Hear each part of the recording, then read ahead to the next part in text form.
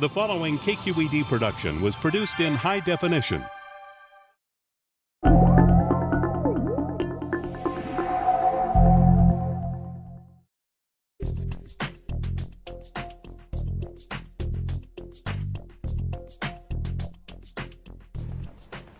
Drew Endy wants to build. So he needs tools, like nuts and bolts, standard parts that work together. You don't need a PhD to know this, but a PhD may help, say, if you were building not with bricks or steel, but with DNA. It may sound like science fiction, but a new generation of scientists known as synthetic biologists is using genetic nuts and bolts to build new functions into living things. The possibilities abound. Imagine living cells acting as memory devices, or microbes that brew biofuels, or drugs that can save lives. If you were to decide that you wanted to use biology as a technology for manufacturing something, it might be a chemical or a drug or a food or a material, you'd have to figure out how to reprogram a living organism. Synthetic biology is the process to design and build that living organism. We've known about DNA, the molecular blueprint of life, since 1953. But in order to build from this blueprint and modify it, you need to do more than just read it. You need to be able to make genes, the building blocks of an organism, and assemble them to change the genetic structure and functions of the organism. In the past, engineering with DNA was a bit like trying to write a book, but doing so only using words and sentences found in other books. So you rip out pages, you cut and paste the words together. Cumbersome if you're on deadline. Now let's say you have a new powerful tool, a word processor, that lets you easily and efficiently put those words together. This tool for writing or constructing genes quickly is helping make synthetic biology possible. When I was getting my degree, we had to cut and paste very laboriously genes out of organisms. Now we can completely throw all of that knowledge out, in a sense, and we can order specific sequences that we want, where instead of having to bring together words that already exist in biology, we can write out exactly what we want. And so we can create sequences that would have taken us years to try to build by the more traditional methods and get them in days. So exactly how do you make genes from scratch? Well, let's say you want to make a gene found in ocean bacteria that turn cells blue. First, you need to know the gene's recipe, which is comprised of molecules called nucleotides that are commonly known by their first letter, A's, T's, C's, and G's. Then you can tailor that gene, modifying it to fit your needs. So you use a program to specify things about it, like how blue it makes the cells. Then, just submit your order via email, and firms like DNA 2.0 and Menlo Park will actually build it for you. This machine, the DNA synthesizer, does the first step, the assembly of single strands of the gene from sugars and phosphates. Based on the length of the gene, it can take from 4 to 10 days. The cost? Roughly $1,500 for this particular gene. When it's done, our gene is mailed off. Then, just mix the gene with water and bacteria cells, and voila! Cells that turn blue. Custom genes made to order. And though they're built into living cells, the process is one of renovation, not creation. We are not creating life. We are modifying biological systems. And we're doing so in a more predictable way than we were ever able to do using standard genetic engineering techniques. We're essentially making the engineering of biology more predictable and therefore safer.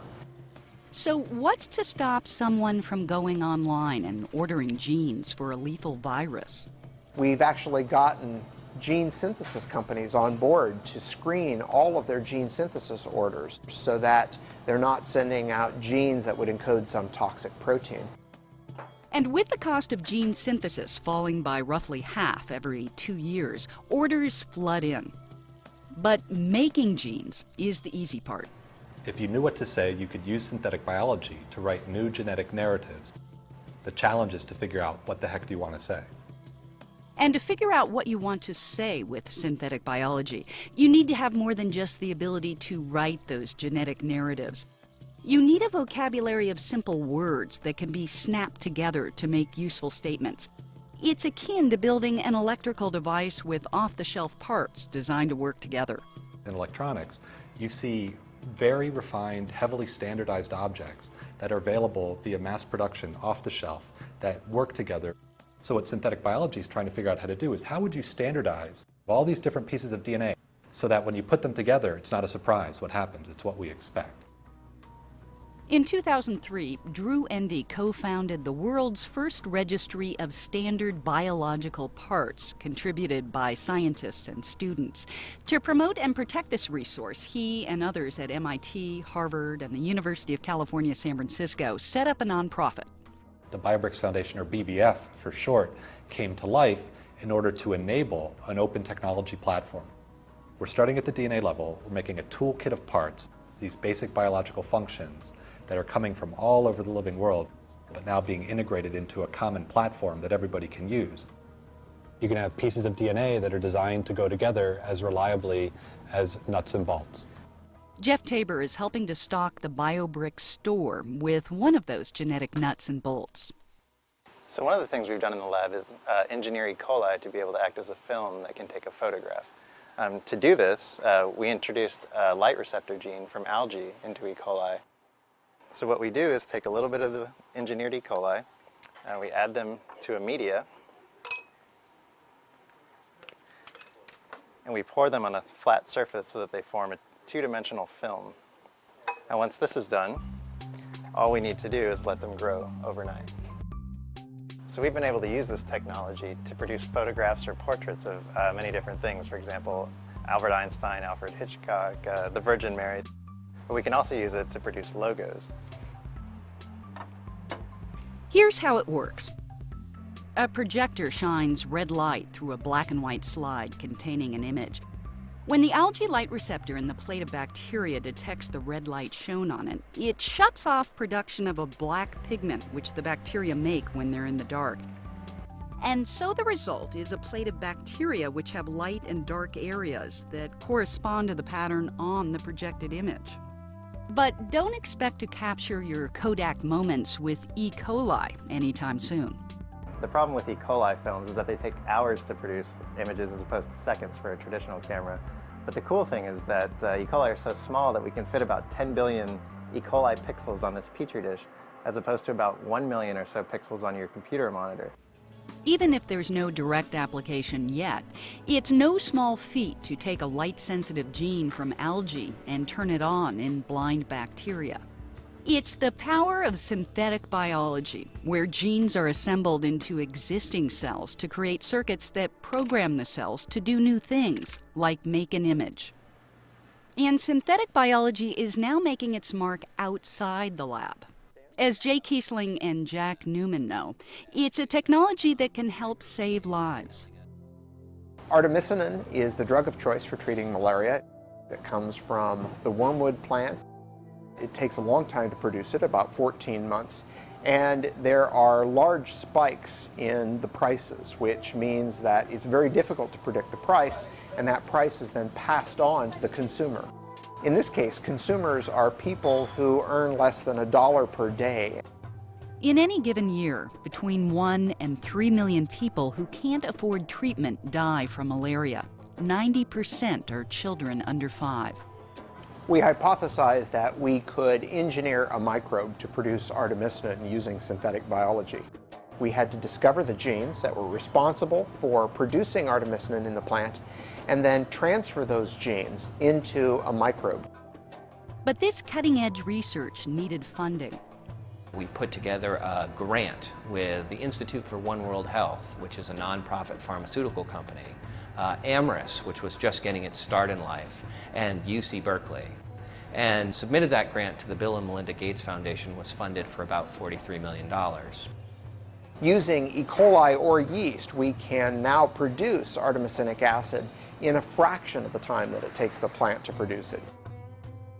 At Amyris, a biotech firm based in Emeryville, they refine the process by improving the yield of artemisinic acid from the sugar-fed yeast. What you want to see out of a run like this is that you've got good quality material that is either as good as or better than the artemisinin that's on the market today. In 2008, pharmaceutical giant Sanofi Aventis was chosen to commercialize the biosynthetic production of artemisinin. If all goes well, it will be made in a matter of weeks rather than months, and by 2012, this low-cost drug could reach malaria sufferers. The same process can be used to direct yeast to brew thousands of other chemicals, even fuel. You can make a biofuel of the future by also putting in a different yeast. So you get out a beautiful looking diesel like this with just a different brewer's yeast. It's easy to marvel at synthetic biology's potential applications. The hard part is to acknowledge how much we still don't know. The truth is we understand relatively little about the living world. Most of biology is still out there to be discovered. Every time we go out and we sequence more DNA in an environmental sample, we'll tend to find more genes, oftentimes genes that we don't know anything about. In this context, openness and sharing is a no-brainer, because that's how you're going to get the most exciting, best ideas, and most useful components coming forward for everybody else to try out and use.